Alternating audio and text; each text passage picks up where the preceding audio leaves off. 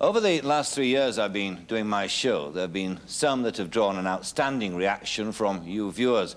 One of them was when I reunited the Goons in this studio. Well, tonight, to finish off my current series, we thought we'd bow to popular request to repeat that show. We'll be back in the autumn in a new series. In the meantime, time to meet again Harry Secombe, Peter Sellers and Spike Milligan.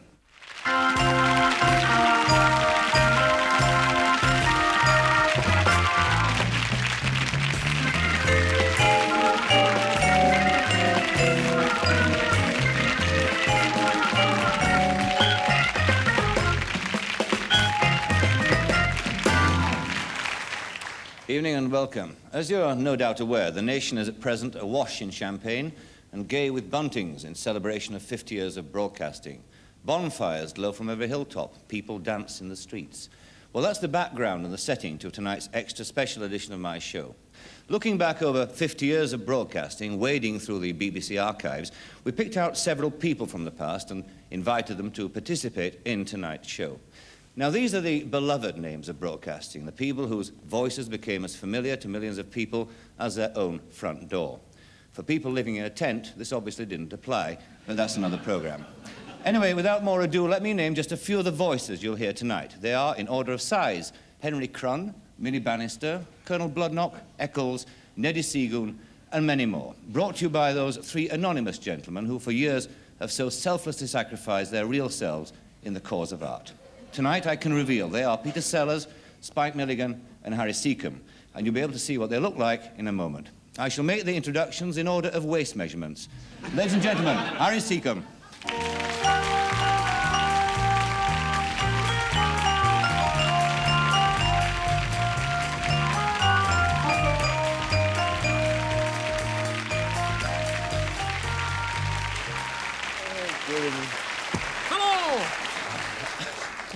Word up, look at that. On the rocking chair. Harry, when can you remember that far back when you first made people laugh? Whoa, yes, I suppose it was at a church social, you know. Because when I was a lad, most of the social activity was centered around the church. Yeah. And I was a sort of the community idiot. Yeah, I used to make myself laugh and everybody else.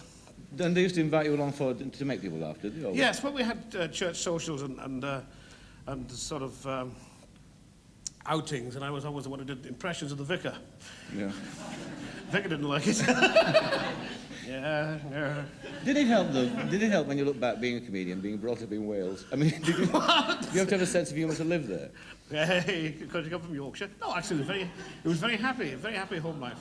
We lived, my brother, my sister, my mother and father, we had no lodgers at the time. We lived in Secombe. Hello, sorry.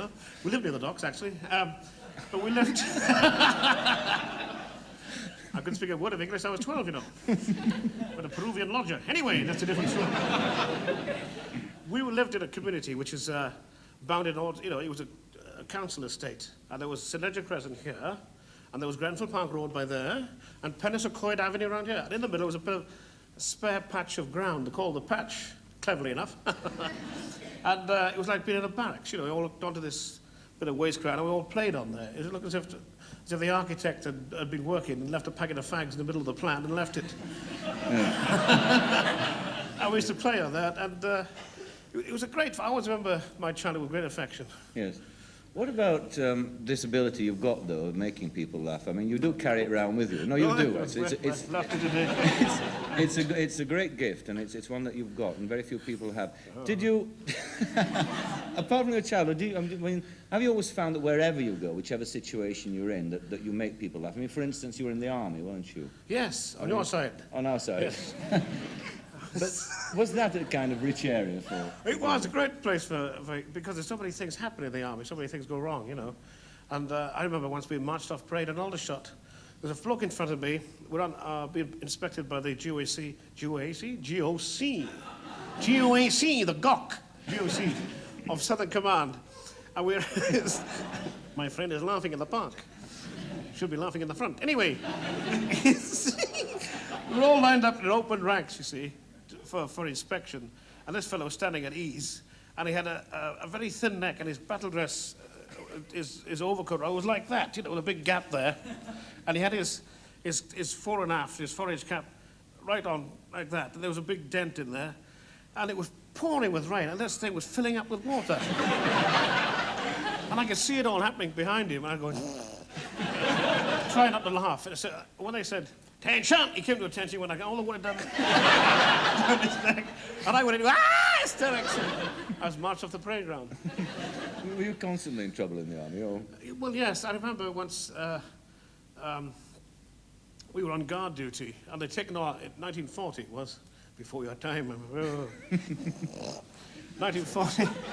And they made me, I was a Lance Bombardier. It was a mistake, but I was a Lance Bombardier.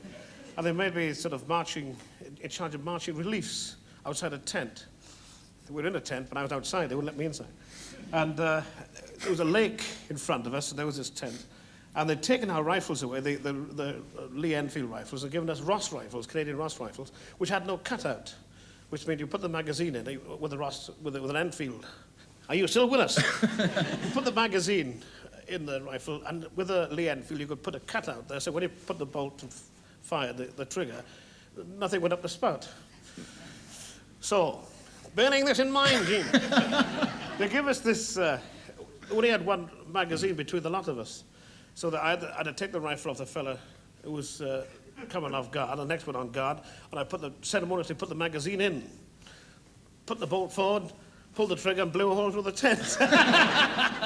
And it missed a fellow by about that much. He ran into the lake and broke a toe on the Molotov cocktail. I was on a charge. I think you made that up just now. No, my word of honour, yes. Yeah. Bellamore Park outside Rugeley. Ask the lads, they're right in. Of course, you had something happen to you in the army, apart from shooting people. You met Spike Milligan, though, I did. Oh, that was... that's a long story. I'll make it very quick. Yeah. Yes. So, We've got plenty of time. Anyway. Hello, Michael. We're positioned in North Africa, up on a plateau near the Shawash Valley. I've got a memory for names, I don't know what it was, but it was called the Shawash Valley. And there was this plateau thing, and we couldn't get the Germans out of these hills. We kept sending them letters, but they wouldn't go, Come out, and they wouldn't. So they sent for these big guns. I was 25-pounder regiment, by the way, artillery. They 5-mile snipers, they called us. That's the lead retreats,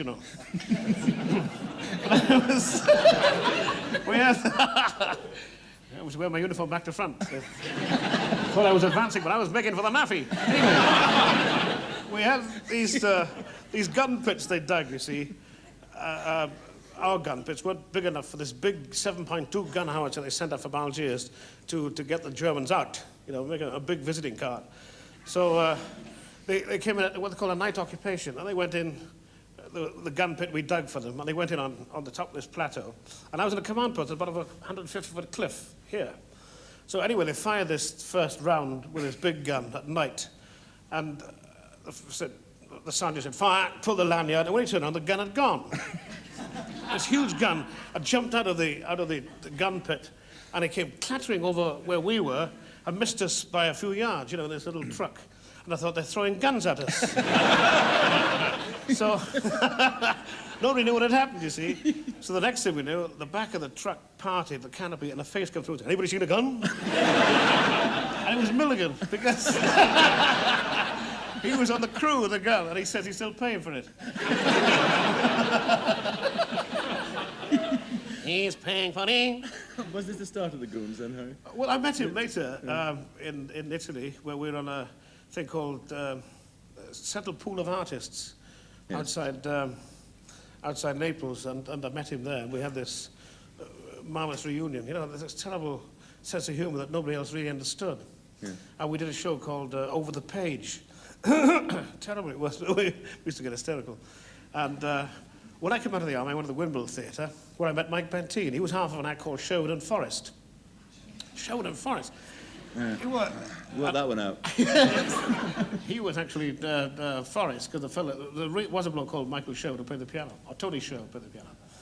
And I introduced him to Mike, and Spike to Mike, and then later we met Peter, and that's how it all started. That's how it all began, Paul. You were saying that not many people understood his kind of humour, that kind of zany humour. In fact, I remember when the Goons started that people were reading all kinds of intellectual things into your humour, weren't they? Oh, yes, Shades of Kafka. Ionesco and Yes, Kafka. and Dylan Thomas. Dylan Thomas, yeah. Yeah. But What was it to you, though, at that time? I mean, you know, what did you think you were creating? well, we were, first of all, against most of the established kind of humour that was existing at the time. You know, the hat turn up in the front and the I say, if anything happened to me, or the routine of gags thing. And probably because we couldn't tell jokes very well. I could never remember the endings. So I did a shaving routine, the way different people shave, but that was my act. This is when you were on the halls? Yes, round the holes. Yeah. And I got taken off the bill at Bolton. Why? The manager came up to me and said, "You're not shaving my bloody time," he said. And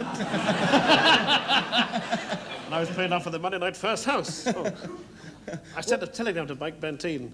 Audience with me all the way, managed to shake him off at the station.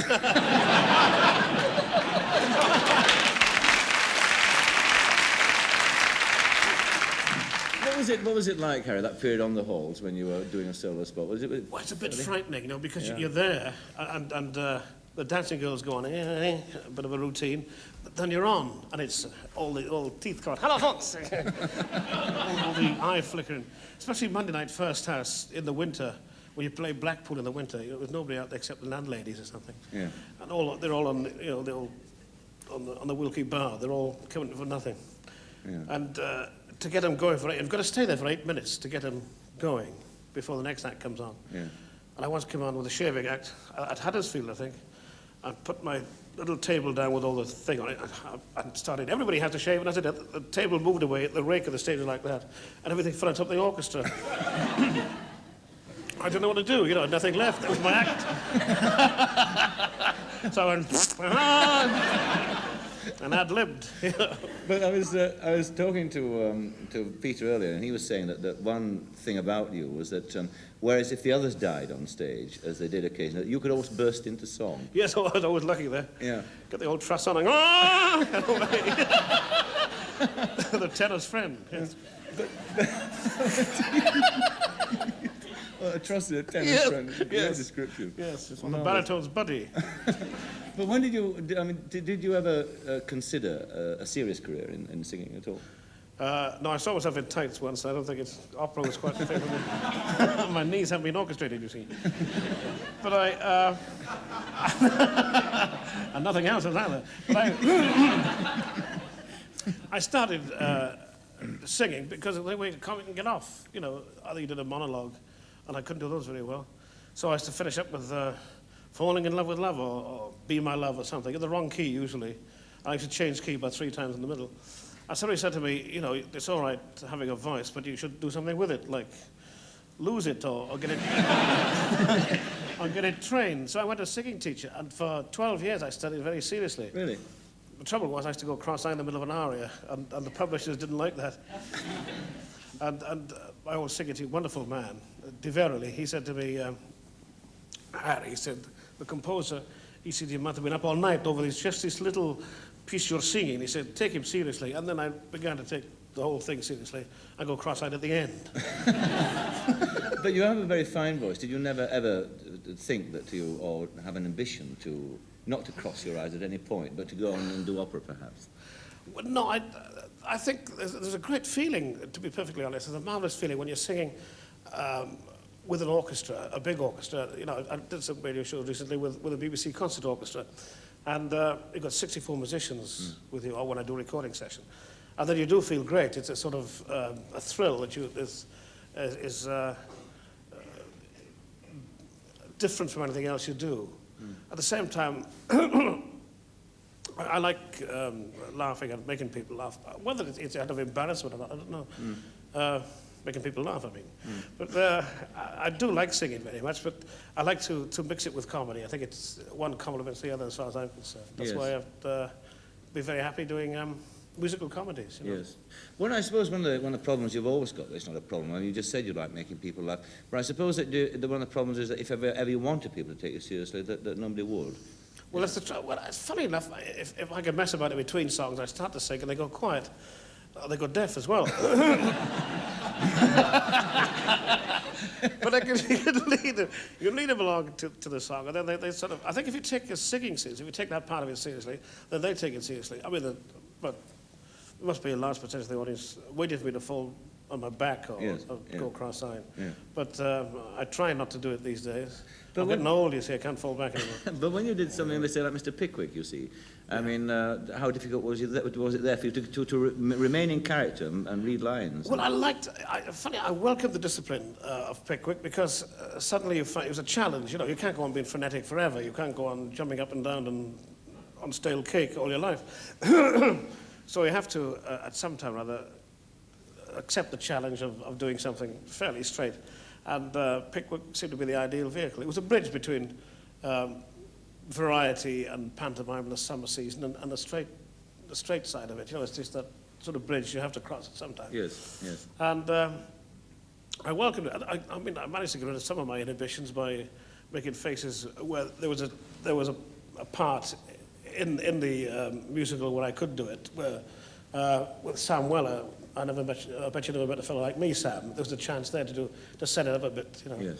But the rest of it, it's not fair to the fellow actors who are working their socks off to mess about, you know, in the serious bits, I think. Yes. Going back to the Goons for a moment, Harry. I mean, everybody's got their idea. I mean, people like me who were sort of reared on the Goons, we all had our own sort of visions of who the characters were. Were they in fact real life to you? Did you know them all personally? Oh, yes, I think so, definitely. I mean, we used to sit around and talk about them, and a lot of the characters evolved from real characters. Really? Yes. Peter, you know, with all the voices he has, he'd come in with something, perhaps some car salesman he'd met, that he'd have this voice, which would develop into somebody else. This is in the very beginning, I mean. And Spike had his funny voices. I was generally Neddy because anything else I did still sounded like me, you know. Hello, Hawks! One of those laser beam voices. Yeah, yeah. But I think a lot of them were built on real-life characters that Peter, who provided most of the voices, let's face it.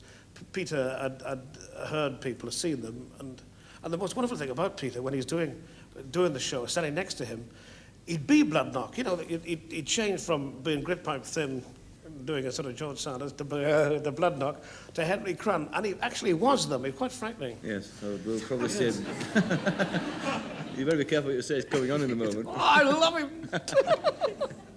Did you, when you went back and did this special show for the 50th anniversary, what was it like, Harry? Was it terribly nostalgic? Did it work again, the magic? Or what? Well, I think we'd all laughed ourselves hysterically and thought about it beforehand, and then when the day came, I think we were all, the three of us, were apprehensive and a bit nervous about it, because it's nearly 12 years, I think, before we, you know, since we did the last one.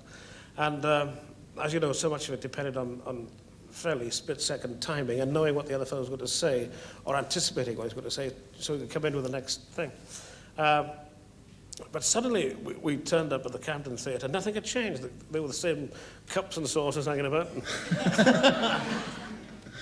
the same people. And suddenly, it really was there, you know. And Ray Ellington, all the boys, and Max. It was wonderful.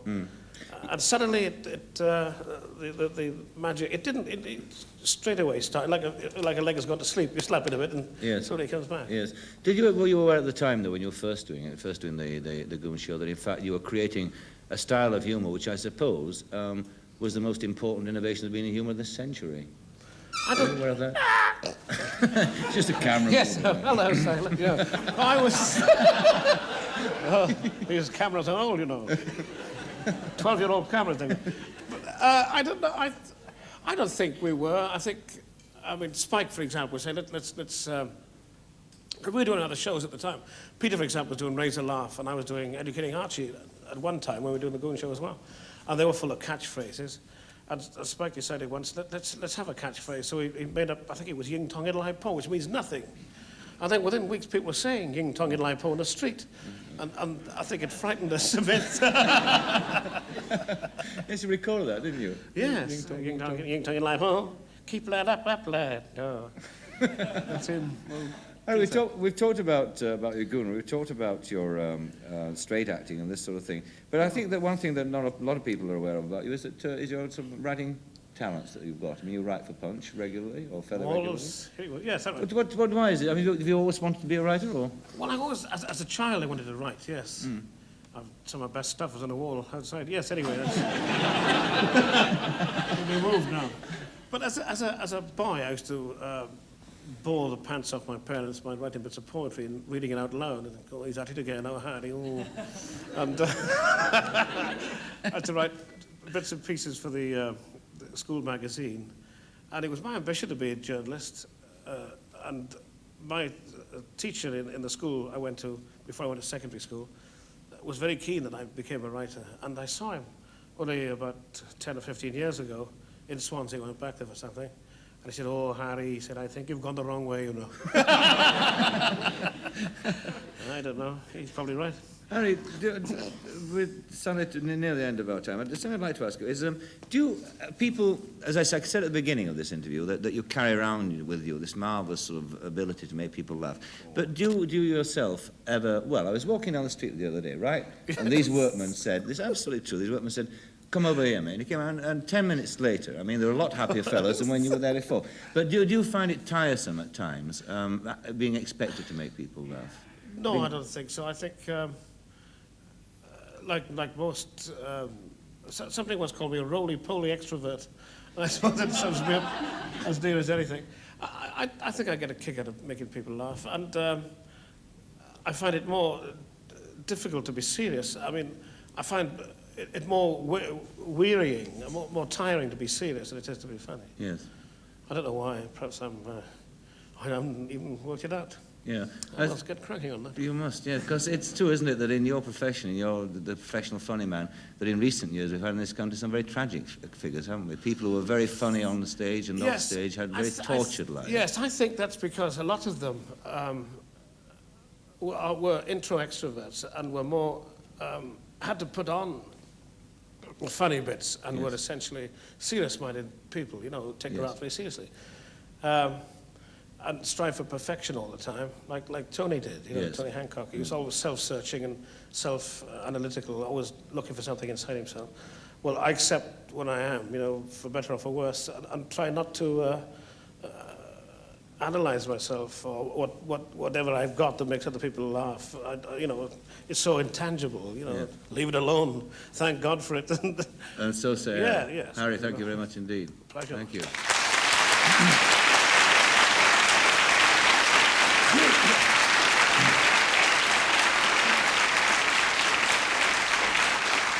Still on the Goon business, we're delighted to say that we've got 4 renegades from that splendid programme, the Ray Ellington Quartet. And I'll leave it to Mr. Secombe, sir, to introduce them. I will. May I announce them in my Toastmaster voice? Thank you.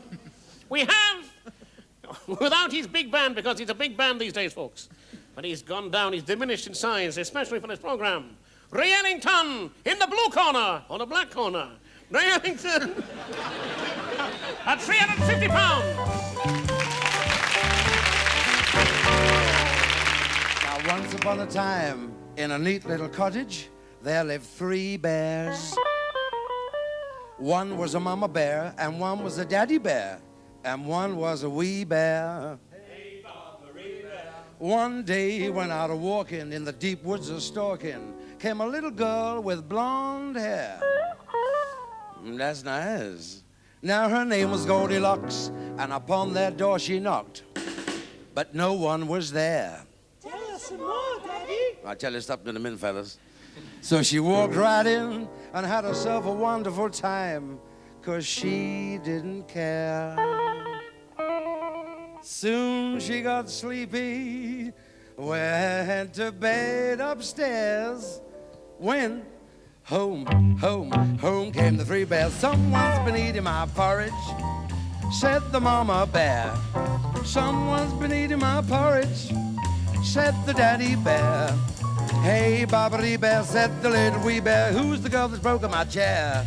Someone's been sleeping in my bed, said the mama bear. Someone's been sleeping in my bed, said the daddy bear. Hey, Bobbity Bear, said the little wee bear, who's the girl that's broken my chair? Just then, Goldilocks woke up.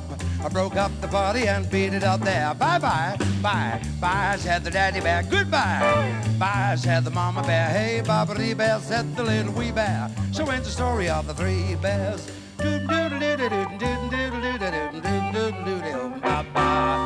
Ah, yeah. It's young Phil Bond.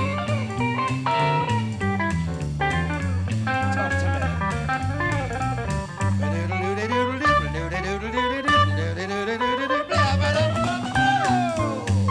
Said Bill Hutchins.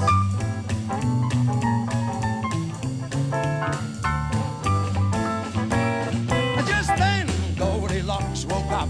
I broke up the party and beat it out there. Bye-bye, bye, bye, said the daddy bear. Goodbye, bye, said the mama bear. Hey, Bobbity Bear, said the little bear. So ends the story of the three bears. So don't forget, children, whatever you do, don't go down to the woods tonight. Well, why not, Daddy? 'Cause the bears will get ya. Whoa, Bobbity-Doo-Bow.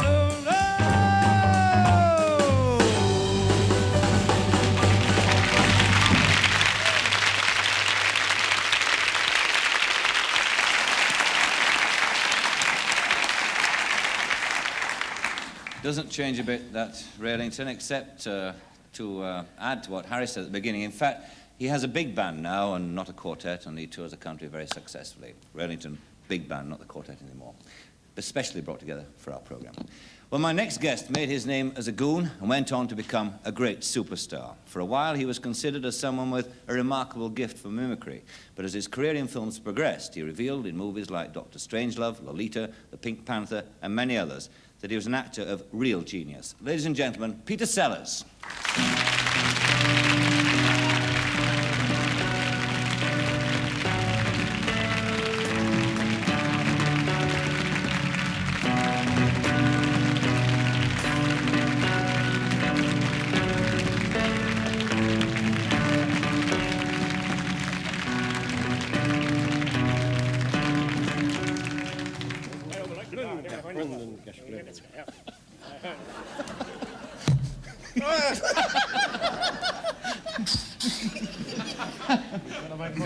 Machines.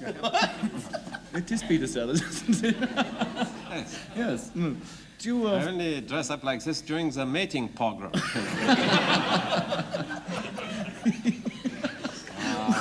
Deutschland, where did you, I'm a Yankee Doodle Dust. where do you get that hat from, Peter? This is a real German help. What is all that lot down there? Oh, it's just some little extras we have down there. Oh, hello. Hello. I just saw it. I saw it. I've seen it. I did a film in Guernsey, and we were working underground in an actual German hospital. And I found this. It was all rusting away in the corner, so I got some key. But you know what? Really, the truth about this whole thing, I am sick of this business about Churchill. The young Churchill, the old Churchill, the weak Churchill, the thin Churchill, the fat Churchill. Why doesn't someone say the truth about Churchill? Not many people know. Listen. A painter, his rotten paintings, rotten. Hitler, there was a painter for you. Could paint an entire apartment, 2 coats, one afternoon.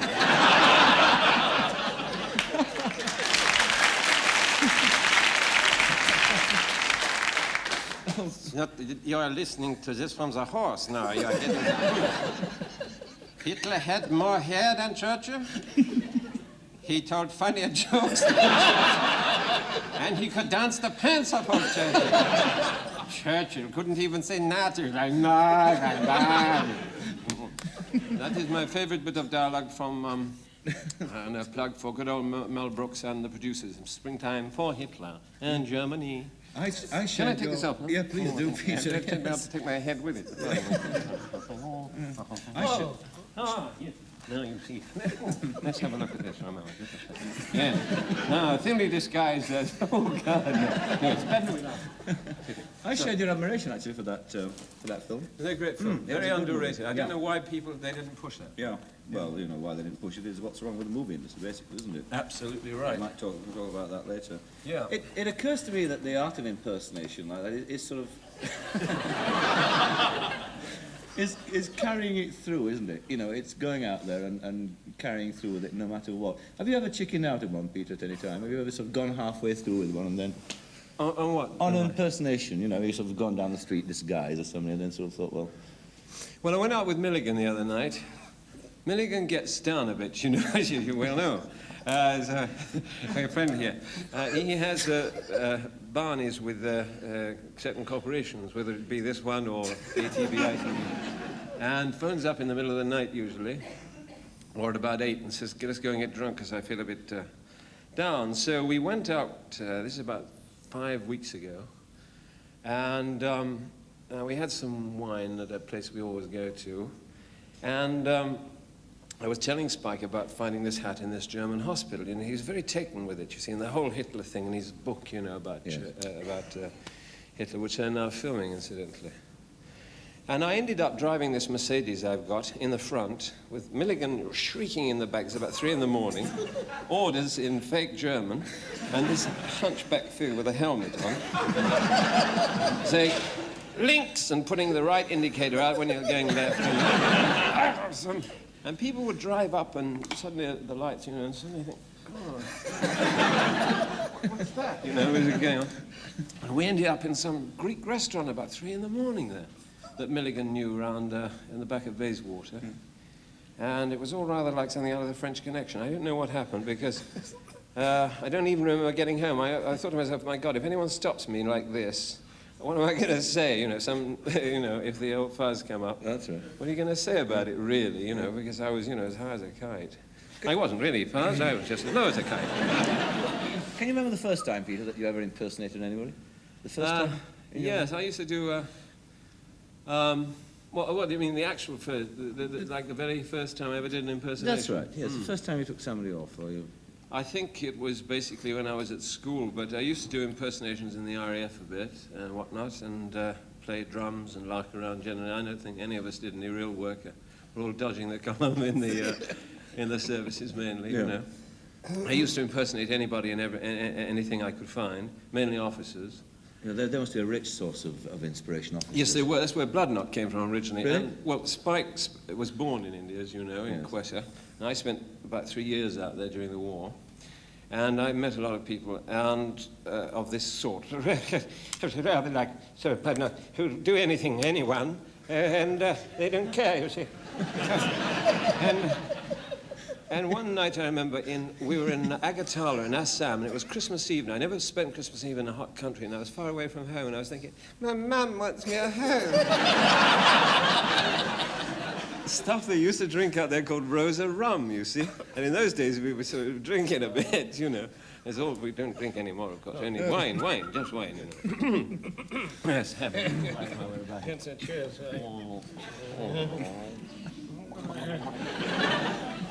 And it is BBC good wine. water, you know.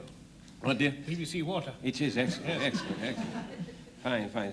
Yes. We were at Quetta or somewhere like Quetta, that. yes, that's right. No, Agartala. Agartala, yes. Water. And I remember getting very drunk and watching a similar thing. You see, we used to wear bush hats, you know, some of the time. And you remember Harry was telling you earlier about the fellow on his forage cap? Yeah. I was sitting on my charp on this bed, this charpoy, and this fellow was sitting opposite me with a mug of Rosa rum. And, you know, they come up at the side, like they have a little button there, you can clip them, or you can leave them down, like Aussies clip them up, you know. Right. And he was pouring this rum and letting it sort of, trying to make a lake round the middle of my hat. And I thought, I'm a twit to sit here and do this when I could be in the officer's mess. What am I doing here, you see? So I found some officers' insignia, air commodores, and put some blanket on, wandered into the officer's mess. It'd be about 3 in the morning now. There was only one lone old twit in there, sitting in the corner. And he looked at me, and as far as I can recall, he said, what are you doing here? Because so they all sounded like Bloodknot. I said, Air Minister's welfare, just and I was really going to say, good Lord, you're frightfully young for an Air Commodore. You're young to have white hair, too. I said, can you see that? Well, he said, yes, I see in the dark, you know. It's all this rum. So, it was dark, actually. And I thought, hello, he's going to rumble me any minute. I'm going to be in the old thing. Thinking to be away the next day. And that was, I used to do things like, terrible things like that. And getting into the old Sergeant Smith there. And, all kinds of terrible impersonations of that sort. You know. What about this gift, though, Peter, of picking up a person's voice, imitating it? Do you have to listen to it for a long time, or do you, is it like some instant feedback with you, that somebody says something to you and you pick it up immediately? Well, I spend a lot of time, Mike, listening to people talking. That's why I'm usually considered to be very dull company at parties, you know, because I try and get people chatting. So if I find somebody who's interesting, and I sort of beam in on them and say, oh, really, you know, tell me more about that. Yes. And get them chatting. If I find that there's something interesting about them, or there's some sort of idiosyncrasy that I might be able to put in my little sort of filing index and think, well, I could use that later. I could explain later on to you, if you like, a direct example of that. Yes. But getting back, what were you just saying about the... About how long it took you to get a voice? Yes, well, let me think now. One impersonation, because I used to do impersonations, you know, when we were both at the windmill, you know. Yeah.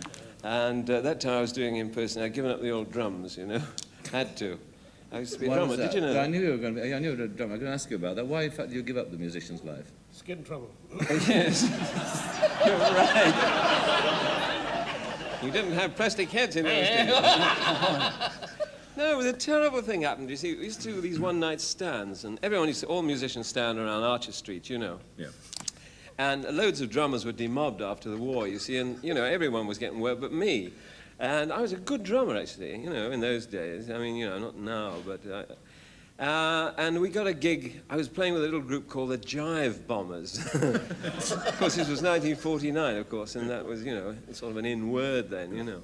And we played up in Birmingham. And I went up with a saxophone player because he, you know, got this... I hadn't got a car, and I put my kit in his car, you know. And we were playing at the town hall, and there was... I don't know if you've noticed, but people seem to congregate, certain sort of spotty Herbert seems to congregate around drums. Mm. And they stand watching you and go, or make drum sounds, you know. And eventually, you remember Flanagan and Allen, don't you? Oh, with and the sort of song that you sing, Underneath the Arches, or yeah. Any Umbrellas, you know. And they're very lilting, sort of, you know, lullaby type songs, which they made very famous and very popular. But we didn't play that sort of music. You see, we played sort of, you know, I don't know, Sid Phillips arrangements and whatnot, I don't know. Anyway, this fella said to me, he'd been watching me for about half an hour, and he says, I'll say, and this is why I actually packed in drumming, the real truth, you see. He says, I'll say, mate, can you play any umbrellas? So, you know, it's sort of, you know, and it's really boring, you know, about... You're playing the same bloody thing, you know, all the time. And, you know, trying to keep tempo because, you know, they're very hot, especially the old people. If your tempo's not so hot, they come up and, you know, and start having a go at you, you know. You're playing that... They fall down. Yes, they fall down. Ah, get a rhythm drummer. Anyway, this fella, he said to me, he says... I said, what? And I thought, any umbrellas? That's Flanagan and Allen. What's he talking about, you see? So he says, I'll say, can you play any umbrellas? I said, no, we don't play that. He says, why don't you play it? I was getting the needle by this time. I said, just because we don't play it, mate, that's all. So he looked at me, he says, shit face, and walked away. He did, honestly. It's absolutely true. I thought, that's it, isn't it? I'm finished, you know, I'm out. That's what they call pungent criticism, isn't it? Pungent criticism. I've been waiting to say it all night, you know, so I thought I much need this for the rest of my life. You know? So that's how I get in the windmill. And you're mentioning about the impersonation you did there, which you prefaced that story about. Well, what were the impersonations you did then, Peter? I used to do one of... the one I can still do of Alec Guinness. Shall I do Alec Guinness? Oh, the Alec Guinness. This is from Kind Hearts and Coronets, where he plays the old plays the old preacher. I remember when I first met him, incidentally, because that was one of my favourite films. He was an idol, and still is an idol of mine. I don't know how many idols I have got, but... Dead Idol. Yeah, Dead Idol, yes. And I was on Bone Idol. There's another one, yes. Yes, Idol Jack, we did. Oh, and you want to see my son Aladdin? Now then, if you see Aladdin come on, shout out and let's know. What was it? They always used to have my... Just so intimate, but they always used to do this thing. They used to stand at the side like that and look off stage, didn't they? Oh, yes, the day, you know. I don't know why. It was sort of a ritual. Anyway, Alec Guinness to Dennis Price. My west window has all the elegance of Chaucer, with none of the concomitant crudities of the period.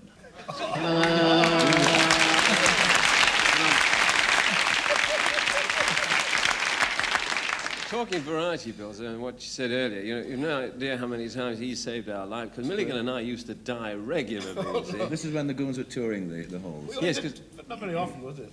What? The didn't halls? tour Oh, very well, often, I don't no. forget Coventry, please. What? Have you forgotten Coventry? No, I haven't, no. Oh, wow. Well, I'll tell you, Spike jumped in his trumpet there and said something rather strange. Yes, he says, you hate me, don't you, to the audience, isn't Yes. it? And it was a bad night for Milligan, it was a bad night for me. And even his comedy went bad, but he got the song at the end. Oh, yes. He did the old song. Singing Jim. Yes. Yeah, and, they've all got 2/1000 of an inch of forehead this night, and the hairline started there. And you could feel waves of hate coming up. But, I mean, many times, Milligan and I have been, sort of paid off, and he said, I don't know how many times this has happened, okay, if they go, I go. So they've kept us on. So, we sort of had work for the rest of the week. Yeah. But that's because I used to mainly top the show, you see, and then those two dancers? You were the heaviest, yeah. I always remember you at Coventry, though. You came on just before Christmas. I was in the evening show, and you weren't all that happy with the audience. So you came on with a chair, as I remember, and you sat down. He said, I've been shopping. I've just bought a little EP of Christmas songs I thought you might like to hear. You remember that? Oh, that's right, yes, yes. And he said, I thought you might like to hear them. So he motioned to the electrician who put the record on. And he just sat there while this EP played. He goes, jingle bell, jingle bell. And the audience were... And at the end, they applauded. He went better than I did. He went better than I did. At the end, they were shrieking for more.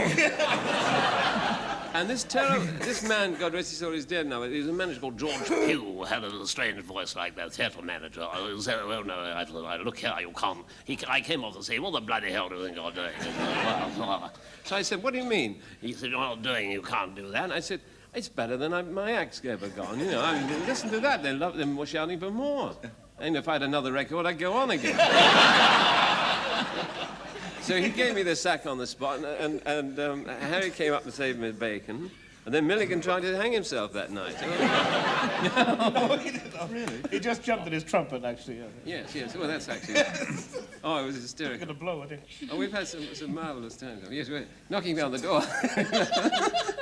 I was going to get Spike out to play his trumpet for the second half of the show, and he jumped in his trumpet, the first half of the show. And we're going to open the second half with East Acton stick dancers. Yeah. There were two of us outside, all dressed like idiots with bells on, trying to get him out of there. Think he'll come out? I don't know. You try, He got me out of a wallop that night over the OP mints here, and sorry, this left eye. Prompt mince, sorry, and mince pie, prompt mince pie. It got yeah, right. Do you know about that? Oh, there's not many people know that. Do you know? What's that? This is my Michael Caine impression.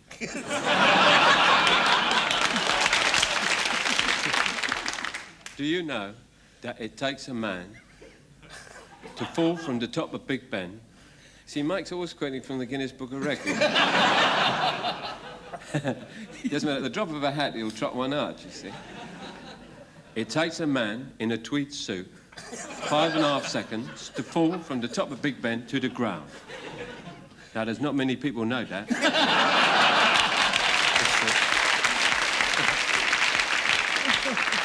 It's a real conversation stopper, isn't it? Oh, yeah.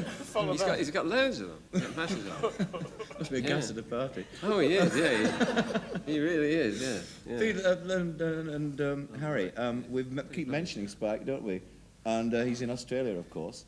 But I've got to tell you that we've been in contact with him, and he sent a message to you on the programme. Oh. So if you can look and listen, we shall hear the Milligan, or Millignar, Yes. from Australia.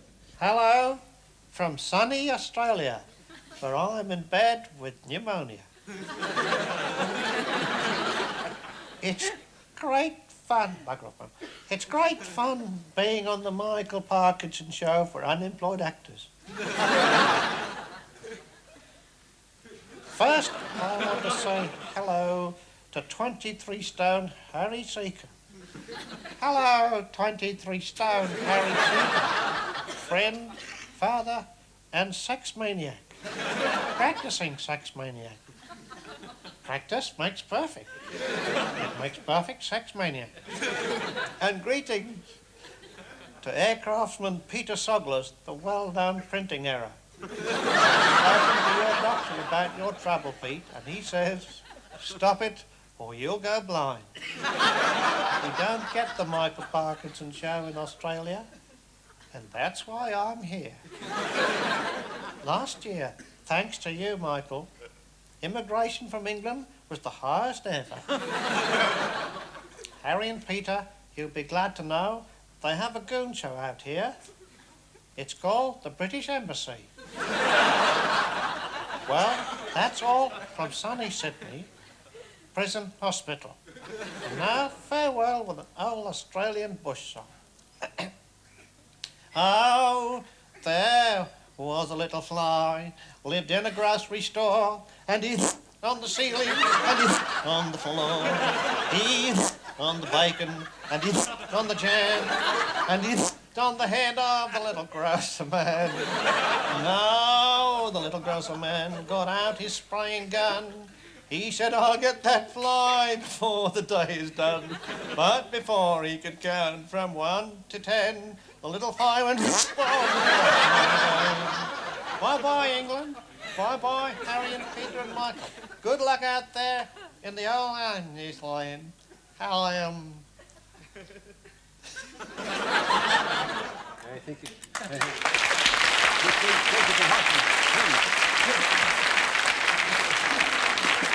Take this monitor to hospital immediately. Yes, he's ill. He's ill. Take him away.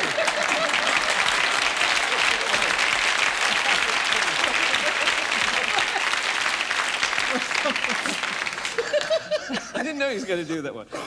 It's very rude, isn't it? Yes, it is rude. Oh, yes, rude. It's rude, Mike. Very funny, isn't it? Did you... Yes, we should all have a small rest now. Talking about that reminded one of the sort of flavour that used to go into the Goose show so much. Did you always have the full cooperation of the BBC, or did they at times get a little worried by you? Yeah, I think they were mainly worried. Were they? Yes, you see, because we'd slip things in, and like we used to have two outside commentators, Peter and Hugh Jampton, who used to sort of give commentaries from the top of St. Paul's or anywhere. And they'd say, over now to Hugh Jampton on top of St. Paul's. And he'd say, well, here from my vantage point on top of St. Paul's, I can see the household cavalry, so called because each member is a householder, and coming towards us, oh, now, any moment now, and this sort of thing. But nobody knew that Hugh Jampton was Cockney rhyming slang for something else, you see. Fancy that. As the actress said, when... Oh, that's out, I know. Anyway, never mind. But we did use the payoffs of rather naughty army jokes, didn't we? You know, Oh, yeah. just the payoffs. And to the pure, all things are pure. But we used to get complaints from old ladies in Cheltenham, didn't we? Yeah. We shouldn't have known the joke in the first place. Yes, how did they ever know that? But they used to come along, you see, about 3 weeks later, Mike, and say, why was that, you know, you can't put that, you can't do that on the air. And we said, we've already done it, you see, that was the point. Yeah. And we used to get away with it, you know, craftily that way. But there was an eternal sort of fight, really. Yeah. until they began to realize that people weren't at all bothered by it and enjoyed, in the main, listening to it, because we built up eventually to a very big listening figure. Oh, fantastic. I mean, quite extraordinary. It became a cult, in fact, didn't it? Yeah. And still It is, did, really. you know, among a certain sort of generation. Oh, yeah, yeah. I think, you know, really, that, like, things that we admire, like Monty Python, et cetera, and Beyond the Fringe, and all the boys in the Late Night Satire, and John Wells, etc.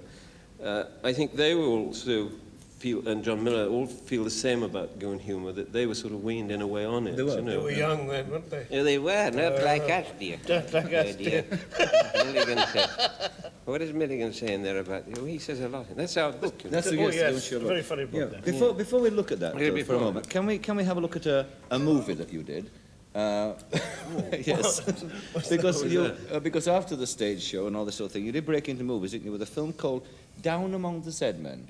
Now, we've got a clip now which you're going to show. In fact, we didn't get it from any lending library, we got it from the Ark. And it's that old. So if you watch the monitor there, gentlemen, you'll see yourselves in just a moment. Left turn! These two men are volunteered as batmen, sir. One for the adjutant, one for his knob. Matter of fact, his knob's not a bad description for old Whelp-Breast, or whatever his confounded name is. You might find out where he is, would you, Evans? Very good, sir. I think he's upstairs somewhere, I don't know. Well, I'll find out. Hello? White House 1212. Anybody there? No, there's nobody there. Silence!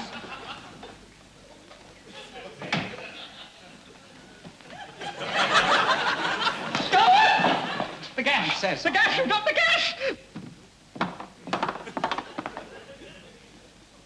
Of course, you'll have to polish his buttons, make his bed, run his bath, and so on. But it's one of the most sought-after jobs in the army. I think you'll find you'll be very happy here.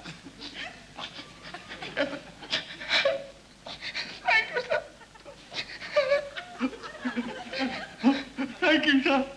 Very much. That's all right. No need to take it to heart. After all, we all want to be happy in our work. Don't we, Major? Yes. We'll all be happy.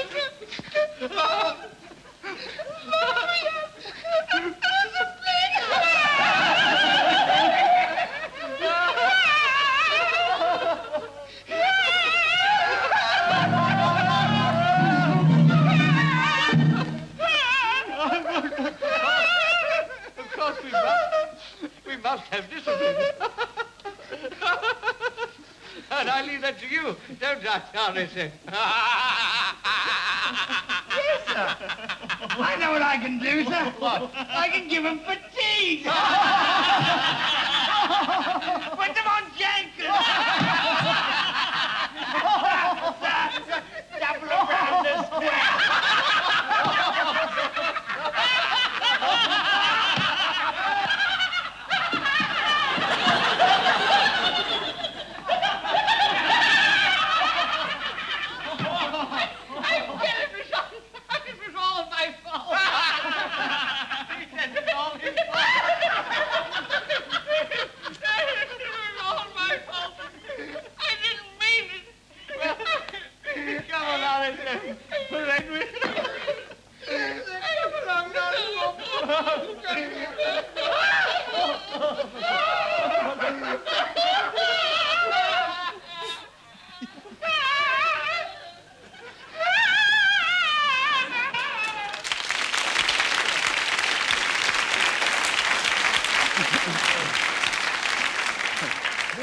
Well, what do you reckon about that, then?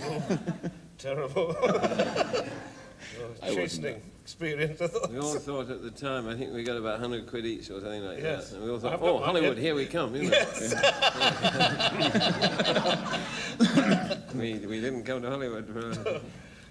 I tell you what's sad, though, and what that sort of clip begs, well, not so much that film, but the Running, Jumping, Standing Still film that you did, was well, of course, that was a marvellous movie, but because it was so marvellous, and a lot of people enjoyed it, I wonder why nobody ever put the kind of goon humour, that kind of goon humour, onto film, I mean, spent money on it and did it properly. I've no doubt you tried, didn't you, Peter, to interest people in it? I don't know, nobody's seen, as far as I can recollect, They were all intrigued with the film because it won a lot of prizes. It even ended up with an Academy nomination, believe it or not. But I don't ever remember anyone ever saying that they wanted to put it out as, or make another one, and because we had masses of material. I mean, they were only experiments. But really, what we did was to go out for our own benefit and see how we could experiment with visual humor. Yes. And then later, when we were talking to somebody, we showed it to him, and he said, why don't you string all this together and put it out as a short, which we did. You see, and that's how it started. Yes, it was a marvelous film.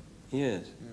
I suppose one of the problems is, though, of course, translating something like the Goon Show, which I said to you earlier, Harry, was that people have their own ideas about what all the characters look like, is that somehow you disappoint people by putting faces on them. I think inevitably, because it was essentially the Goon Show, was an oral cartoon more than anything else, wasn't it? Yes, right. So putting his collar down, it keeps going up, you know. You've also brought your chair. Yes, my chair's gone. I mean, just like that. Look, I'm not kidding, folks. It's gone. Look at that. That's BBC rubber, Captain. Oh, yes. Comfortable chair. Yes. The arm's gone as well. No, Harry was saying earlier, Peter, that when you actually did the recordings of the Goons in the studio, that you actually became these characters, Crun and people like that. I mean, were they real to you? Could you put a face on them? And I think to all of us, you know, they absolutely lived. I mean, I remember how, for example, you know, they came about in various ways, as Harry was telling you. But I mean, one character, Benteen, was forever telling people they were a genius. They were geniuses, you see. I don't know why he did this, but he'd say to anybody, you know, after a few minutes conversation, you're a genius. So one day, you see, and they usually believe it, because Benteen, you know, is the only one who's had any real education out of the three of us. And he went to Eton, he's been to Eton, you know. Oh, God. Just to do the drains, mate. But and he was always telling... He's lovely.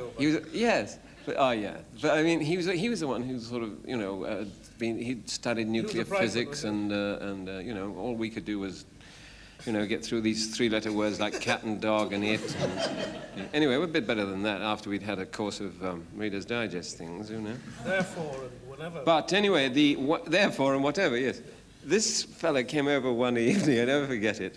He was a tall and wide. He wasn't fat, but he was sort of wide. And he was dressed as a scout leader. In fact, he was a Boy Scout leader. Benteen was appearing at Chiswick Empire, and I was at Shepherd's Bush Empire, which is now a BBC place. Yeah. So, and anyway, the door opened, and the fellow said, there's some strange geezer out here. Well, I don't know what he says. Michael Benteen sent him along. So I thought, well, I might as well see him, you see. So, anyway, this tall fella, he got a little briefcase, and he got the scout hat, but he got a big red beard with all this. And red knees and socks and all the insignia, you know. And he said, and I'm not kidding, this is how he spoke, he said, could I come in for a moment, please? No, true. And I thought, what is this? So I said, yes, certainly, please, what can I do for you? He said, I have just seen Maka Benteen at Chiswick. And he said that I'm a genius.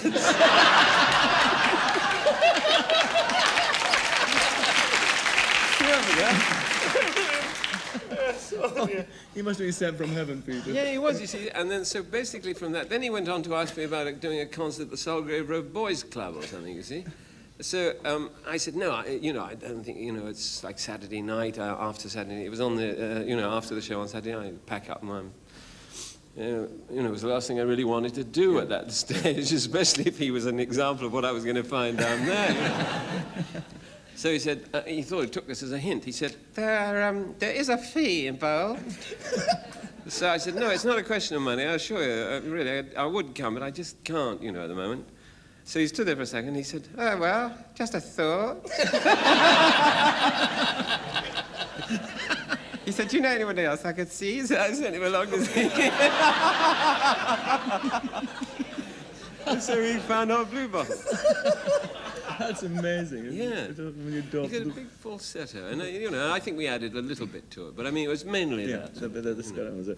Well, let's have a look now. I mentioned earlier to both of you this occasion when you got together for the sort of 50th anniversary thing and did this special recording of the Goon Show. And we have got a clip of that occasion now. So let's see all of you in action, in fact. The full cast there. be coming up on our monitor in just a couple of seconds, if you'll watch in there. Echo, Yeah? it's me, Tin Button. Oh, my friend! Yes, I'm your friend. You remember me? I don't remember you. Yeah. Why do you not open the door? Okay, how do you open the door? You turn the knob on your side. I haven't got a knob on my side.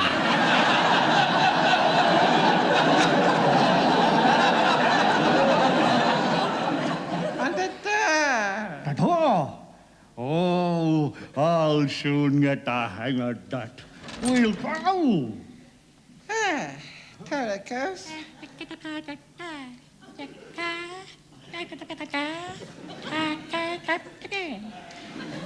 I say, Echo. What? What is that sticking out the top of your boot wearing a cap? That is my nephew, Little Jim. Ah, hello, little Jim.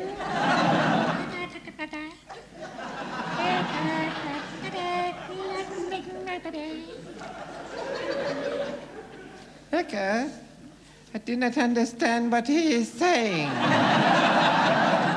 Say that again, Little Jim. Okay.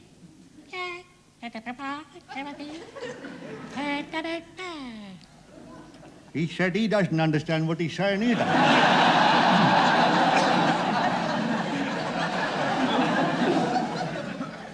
He's one of Mrs. Thatcher's incomprehensives.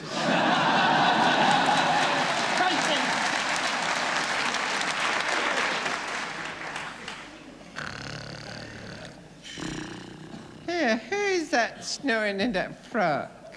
That's the new sound. Is it Fender? It's Neddy. He thinks he's the Queen of England. Echoes, let us play a game and push him down the well. Yeah.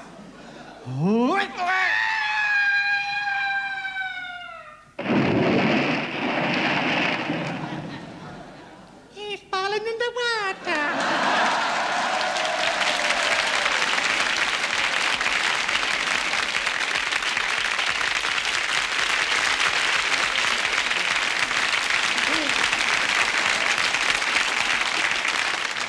Obviously, the thing that comes across from that, just that brief clip, is that you have immense fun doing that. You know, is giggling ever a problem? Yeah, we used to have it. Really? Yeah, mate, we used to. It's a cuts about.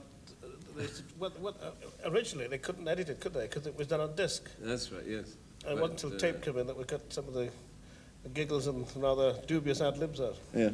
And what about when one used to read stories or hear stories about each doing terrible things to the other, as you, I mean, used to set fire to scripts and things, didn't you? That's been known, yes. Oh, yeah.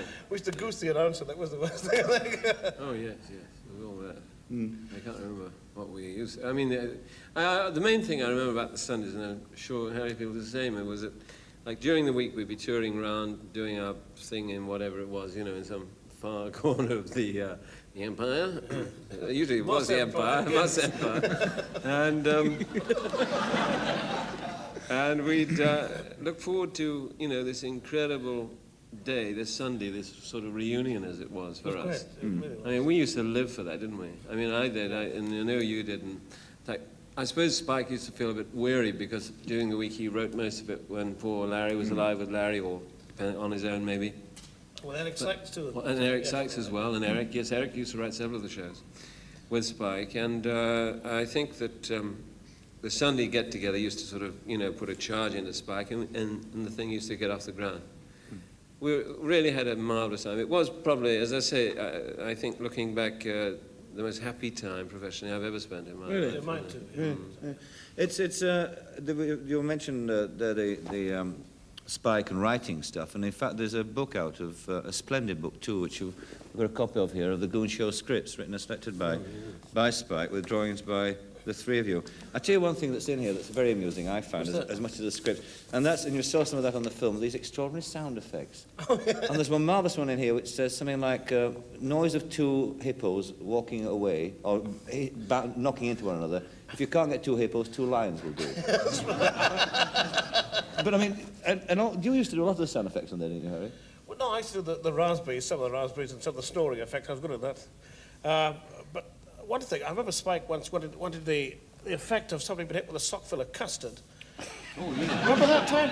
And he got the lady at the canteen at the Camden Theatre to make him a custard, and she thought he had a bad stomach. He was always... Yes, that's right. And she made this lovingly prepared this custard for him. She said, "Here you are, Spike. Here's your custard, you know." I should thank her. He took his sock off and poured it in. Yes. And he went downstairs and he swung his sock round his head, hit against the wall. It didn't have the effect he wanted. It wasn't the effect. Yeah. So he had a sock full of custard and no effect. It's on the record, but not the, they managed to drum up. How they ever did it, the effects boys. It's so marvellous, what all producers and whatnot in their own right now, Yeah. But they Spike used to pose in the most difficult sounds to make, like a piano being played at high speed across the Atlantic, I think. There's a marvellous description there, Peter, too, aren't there, of the characters? Yeah, there's one that especially, one of my favourites, Spike's description of Eccles, the original Goon. Born, let's take the old bins up here.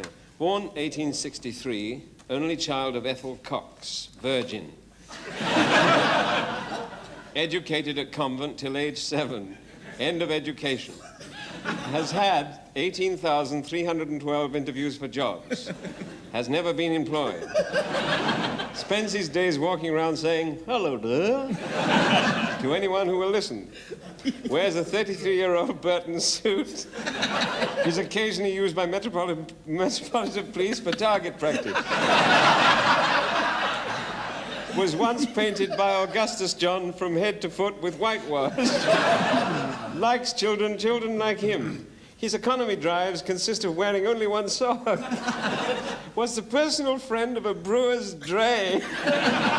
Was Home Secretary for 3 days until printing error was discovered. Lives near 29 Scrot Lane, Balham. Clubs none. Recreations, walking around saying, "Hello, Dad," to anyone who listens. Oh, they're great. That's beautiful. They're great.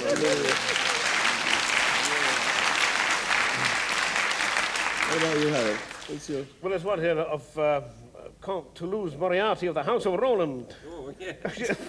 French, scrag, and lackey to grit pipe thin. Born 1920, Paris. Educated Sorbonne and Saint-Cyr Military Academy. Captain French moron racing car team at Brooklands 1927. Became the Latin darling of the motoring set. Lionized by London. Seen at all smart places. The Café Royal, the Ritz. Danced the tango all night long with Lady Astor. Operation for Piles. Wall Street crash. Family fortune decimated. Started work as a gigolo at New Crom Palais de Danse. Was befriended by Hercules Gritpipe Thin, who offered to manage his career. Under Gritpipe's careful management, he's now bald, daft, deaf, and worthless. Currently working at a license as trainee corpse in Leith Crematorium.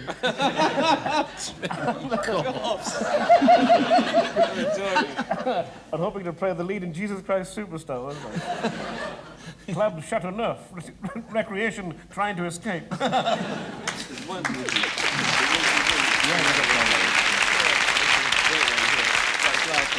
Let's just have one more. This is Spike's last description of Mate. Old Mate is called William Mate Cobblers. Drains clear, now you wait. I'd better do it in the voices. Yeah, do it in the voice. Born Shoreditch 1900, son of Fred Chopper Cobblers, OBE, road sweeper, and Vera Collin. Matter of fact, Vera Collin appears on several other pages, so you got around a bit, obviously. Left school at 14, joined Thomas Crapper and Son as T-boy. Joined Chislehurst Laundry as T-boy. Joined Woolwich Arsenal as T-boy. Conscripted World War I as private sappers and miners T-boy. Rose to rank of acting unpaid lance corporal, injured in action by T-Own falling on head. Discharged 1918, since when he's been wandering the streets telling motorists with no authority at all, you can't park there, or put that cigarette out, or I don't know, I'm a stranger around here, or why don't you get your hair cut, or 2 years in the army would do them good, or bleeding foreigners. Or I spent 4 years fighting for this country, mate. Now uniform, doorman at BBCA early and all. Wears full World War medals all times and King's badge for the disabled. Informs all visitors to BBC. It's nothing to do with me, mate.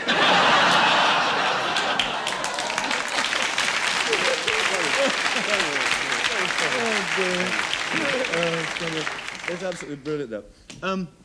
Right, sadly, we're toward the end of our programme, and I'd like both of you to prepare a little sort of divertissement for us. But of course. Yes, just to sort of play us off. The best way is for my friend to do his special shall we singing. disappear and change into our underwater... Underwater divertissement gear. Yes. Anything can happen. My German equipment. It won't walk away. Come, my dear fellows. Where are you coming, darling? Quick! Throw a bucket of water over them. You are confident, mister. Put the light on. No. Whoops, that's better. Oh, Jimmy Clitheroe. No. Ladies and gentlemen, I shall now sing for you a melody. And whilst I'm singing this melody, my assistant, braces all, will attempt to remove my braces without my knowledge. Ladies and gentlemen, Falling in Love with Love in E flat. Thank you.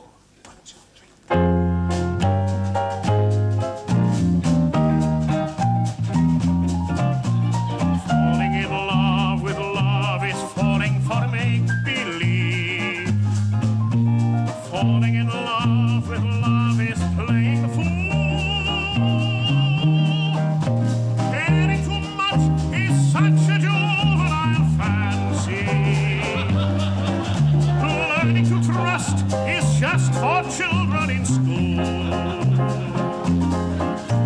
I fell in love with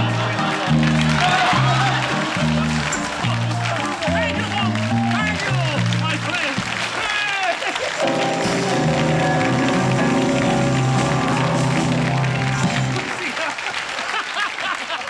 I don't wish to know you, madam. Yes, I thought I might as well get in on the act. Has he gone? Where's he got to? No, he's back. Come back. Where have you been, sailor? I've changed it, sir. Listen, I just want to say thank you very, very much indeed. I really enjoyed that. That was absolutely marvellous, wasn't it? Wasn't it great? Thank you very much indeed. Thank you for having us. Well, absolutely marvellous. And perhaps you'd like to destroy the band as it plays out, would you? Right, then away you go.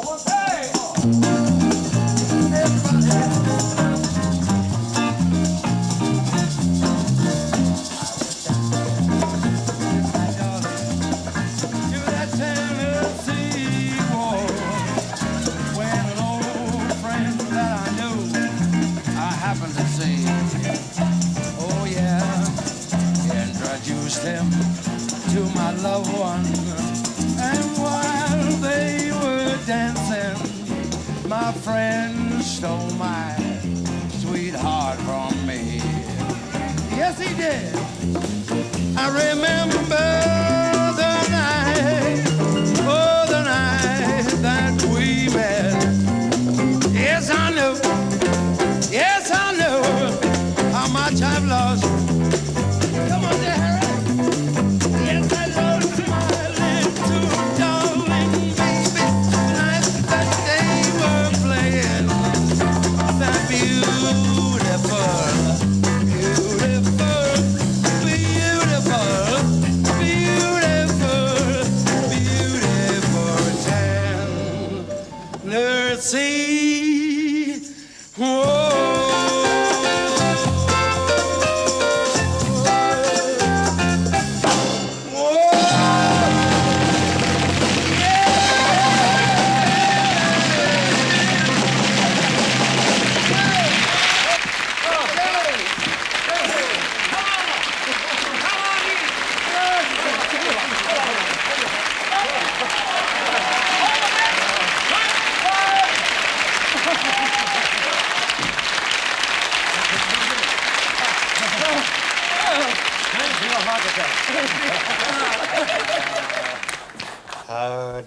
Oh, dearie. Oh, dear.